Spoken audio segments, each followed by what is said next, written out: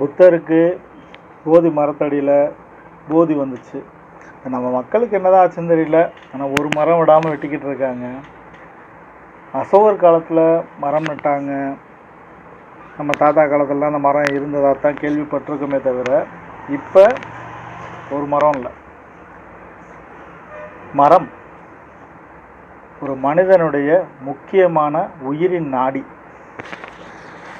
அப்போல்லாம் மரம் வளர்ப்போம், மழை பெறுவோம். இப்போல்லாம் பார்த்தீங்கன்னா மரம் வெட்டுவோம், பணம் பெறுவோம். அந்த மாதிரி மாறிடுச்சு. பைபாஸ் ட்ராவல் பண்ணுறவங்களா இருந்தாலும் சரி, ஊர்களுக்குள்ளே நீங்கள் ட்ராவல் பண்ணுறவங்களா இருந்தாலும் சரி, மரங்கள் ரொம்ப இப்போ கண்ணிலே படுறது கிடையாது. என்னுடைய மரம் எங்கே? ரொம்ப சிம்பிள். என்னுடைய அப்பா காலத்தில், என்னுடைய தாத்தா காலத்தில், என்னுடைய பாட்டன் காலத்தில், என்னுடைய பூட்டன் காலத்தில் இருந்த மரங்கள் இப்போது எங்கே? ஏன் மரம் வெட்டப்படுது?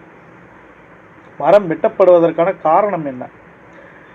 வளர்க்க வேண்டிய மரங்களை வெட்டிவிட்டு மீண்டும் அதே இடத்தில் மரம் வளர்ப்போம்ன்ற போர்டு மட்டும்தான் இருக்குது. ஆனாலும் ஒரு சில அமைப்புகள் மரம் வளர்த்துக்கிட்டு தான் இருக்காங்க, அந்த மரத்தையும் வெட்டிக்கிட்டு தான் இருக்காங்க.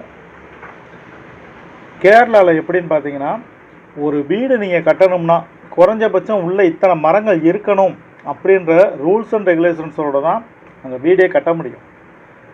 மரத்தை வெட்டுறதுக்கு அங்கே கொஞ்சம் கூட அனுமதி கிடையாது. ஆனால் நம்ம தமிழ்நாட்டில் மரம், மலை எல்லாமே இல்லை. ரொம்ப பெரிய விஷயமாக பார்க்க வேண்டிய விஷயம்.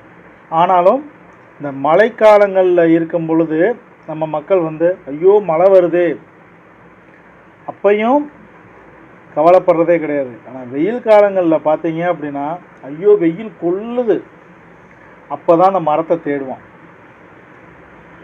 மரத்தில் இருந்த சருகு வீட்டுக்குள்ளே விழுகுது, பக்கத்து தெருவில் இருக்கிற அந்த மரத்தோட பறவைகளுடைய எச்சங்கள் வண்டியில் விழுகுதுன்னு சொல்லிட்டு மரங்களை வெட்ட ஆரம்பித்தான். ஃபஸ்ட்டு நம்ம மக்கள் செஞ்ச தவறே அதுதான். தன்னுடைய உயிரற்ற பொருள்களுக்காக உயிருள்ள மரத்தை அழித்தது மனுஷன்தான் ஃபஸ்ட்டு. தன்னுடைய காரை போய் நிப்பாட்டுவான், டூ வீலர் நிப்பாட்டுவான்.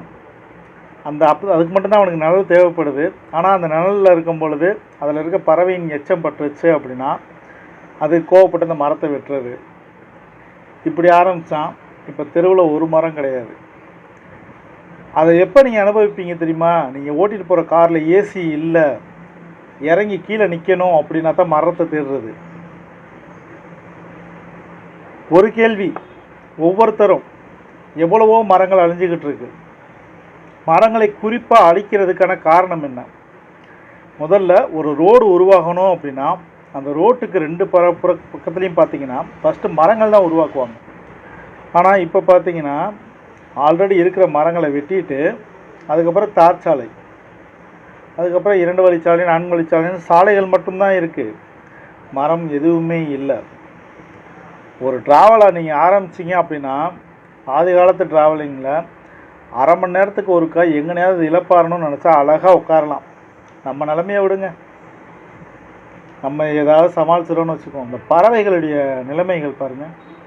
பறவைகள், ஆடு, மாடு, கோழி இதுகள்லாம் மரநிலைகளை தேடும்பொழுது அதுகளுக்கு இல்லை.